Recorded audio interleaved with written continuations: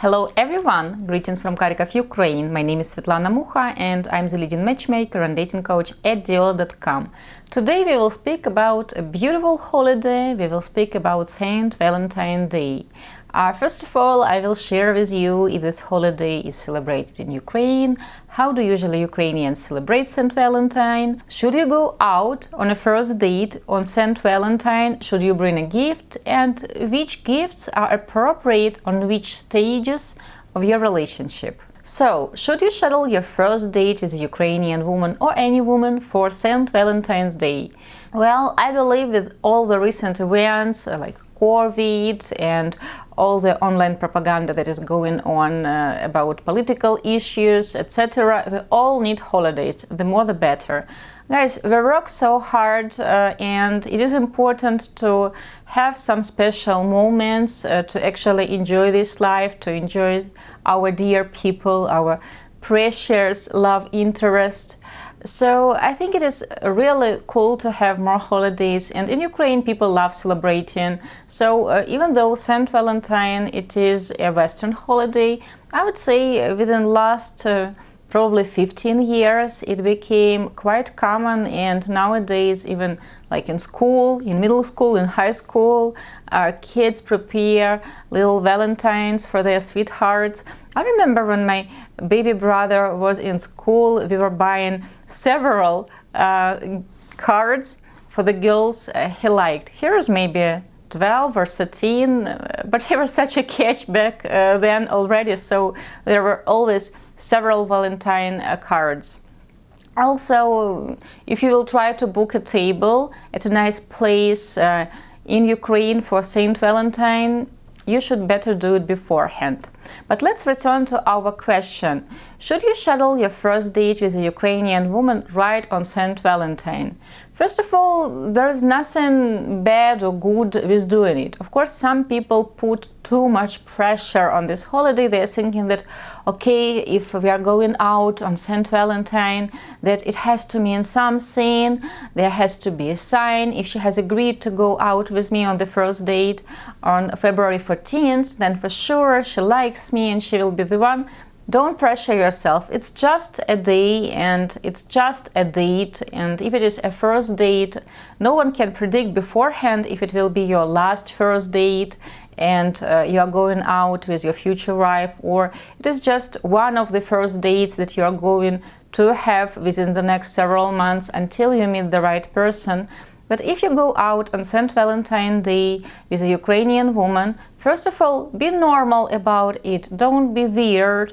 Don't have these super unrealistic expectations.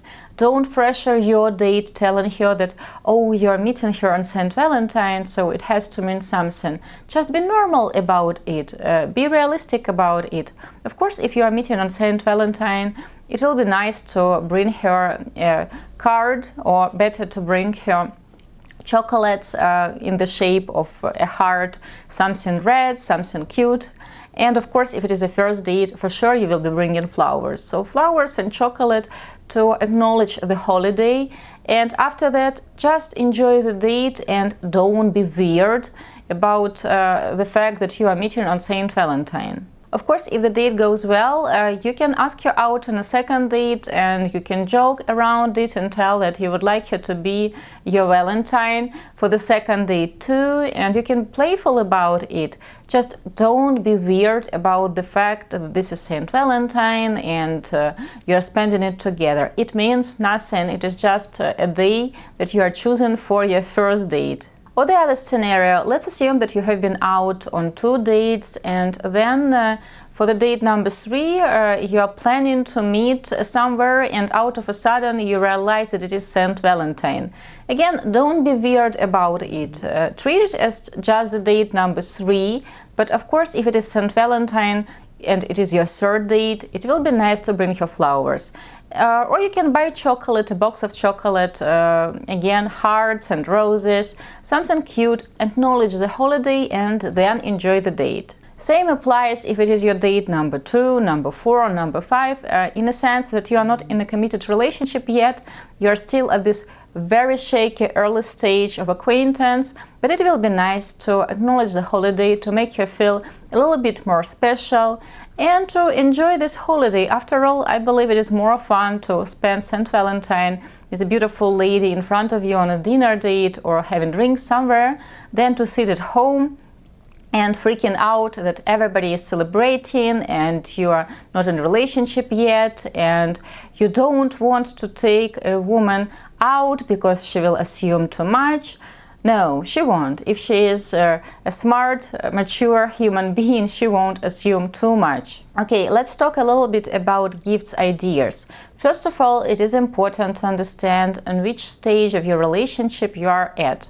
If you had several dates and then you're celebrating St. Valentine together, you are going out, well, if it is a date number 3, 5, or maybe 7, so it's still very early, a box of chocolates and flowers. Of course, you can play along the traditions and choose a red roses, choose the red box of chocolates. If you want to do more, you can buy perfumes, but don't do too much. It can be a big turn off if on a date number 4 you actually show up with the brand new iPhone. For example, you're bringing her earrings with diamonds.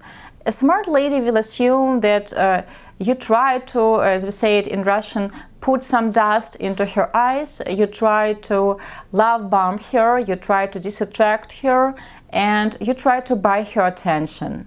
So gifts have to be appropriate. If you have been dating for, let's say, 5 months or 6 months and you are in a committed boyfriend-girlfriend relationship, in a sense that you actually did have this talk where you discussed that, hey, I want to be your boyfriend, which means I'm not dating other women and I'm deleting myself from Tinder, and I hope you feel the same way about me. And if you had this talk and she said that, yes, we are meeting only each other and you are my boyfriend and let's build this relationship together, then it is a relationship already. And on this stage you already know your girlfriend and you know your budget, so you can think of something cute to present her.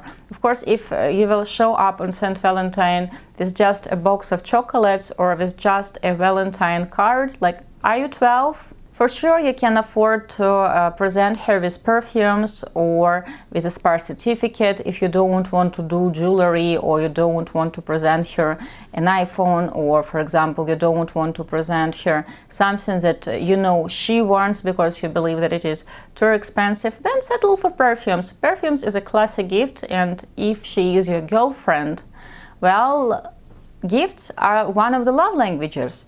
You can't just tell that, oh, I just hate presenting gifts. It's a very, I would say, strange position when people claim it.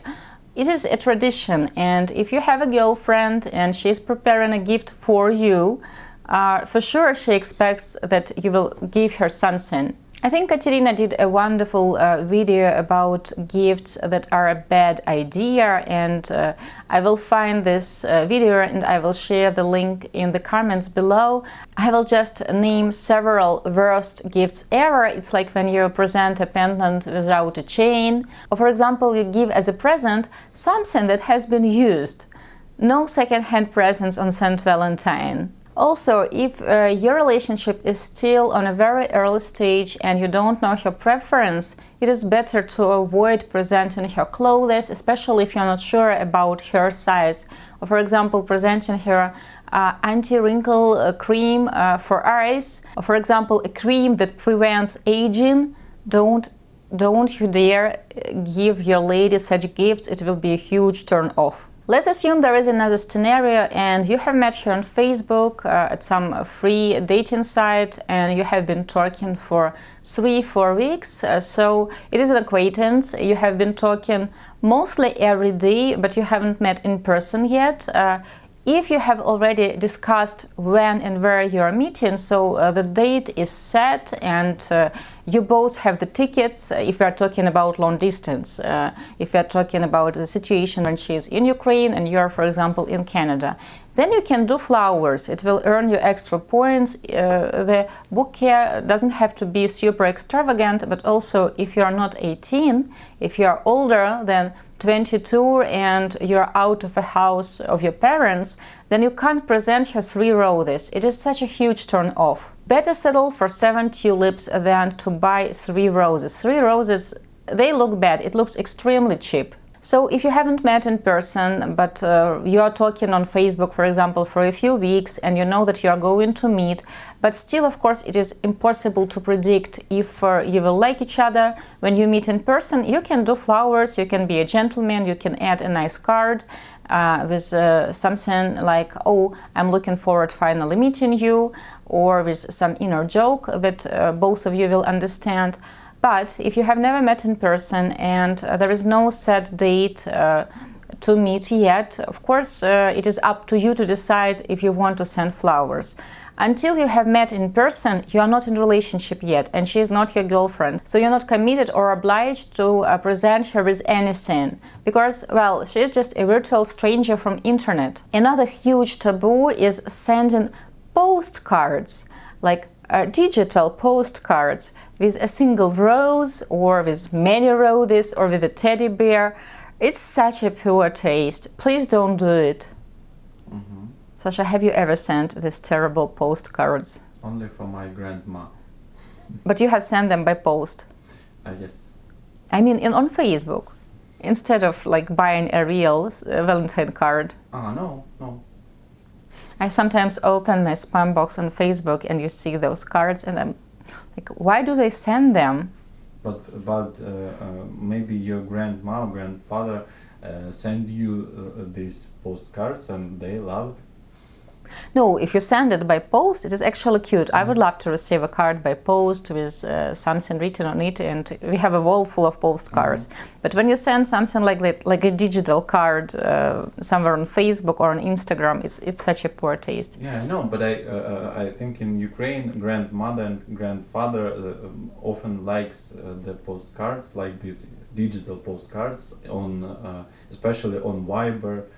Oh yes, it's all the church holidays. Yes. And after that you're like, oh, it was that Sunday, and you start deleting them because if they are in WhatsApp, my aunt loves those. Oh, I got distracted. I'm not sure if we will cut it out or if we will leave this piece. But anyway, let's return to our topic. And another very important question that I would like to cover in this video. Some gentlemen ask, they have asked last year and years before, if I'm giving her flowers for February 14th, do I have to present her flowers for March 8th? Sasha, will you present your girlfriend flowers for both February 14th and March 8th? Of course. Not one, the same bouquet? No, a beautiful bouquet. So guys, you've got the answer. No, you can't just congratulate her with one holiday and then skip the other. Also, don't try to be this smart ass presenting her flowers in between 2 holidays, somewhere at the end of February, so that you can tell that, oh, my belated congratulations to St. Valentine and my early congratulations to March 8th. No.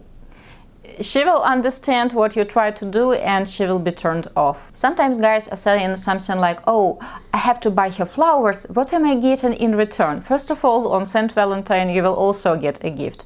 And also, really, like, are you 7 or 5 and you try to count, oh, I'm giving you this and you have to give me that? We are talking about building a relationship, and flowers, it's an emotional gift. If you want to win the heart of a special lady, if you want to build a family with her, for sure you want to give her some positive emotions. And presenting flowers on such holidays as February 14th or March 8th, her birthday, of course, Mother's Days after you are happily married and you have kids.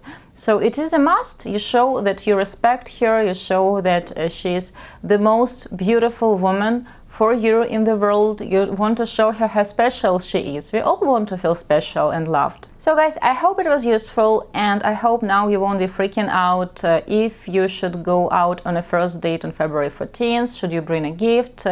How to react to the invitation of the lady if she's inviting you to, for example, have your date number 3 on February 14th, and which presents it is better to avoid and which presents are a must when you're dating a Ukrainian lady. I hope you already have fantastic plans for February 14th, and those of you who do not have a special person to ask out on a date or to buy flowers for, well, I hope you will meet her in 2022. I want to wish everybody love, Svetlana Mukha, especially for Diolli.com.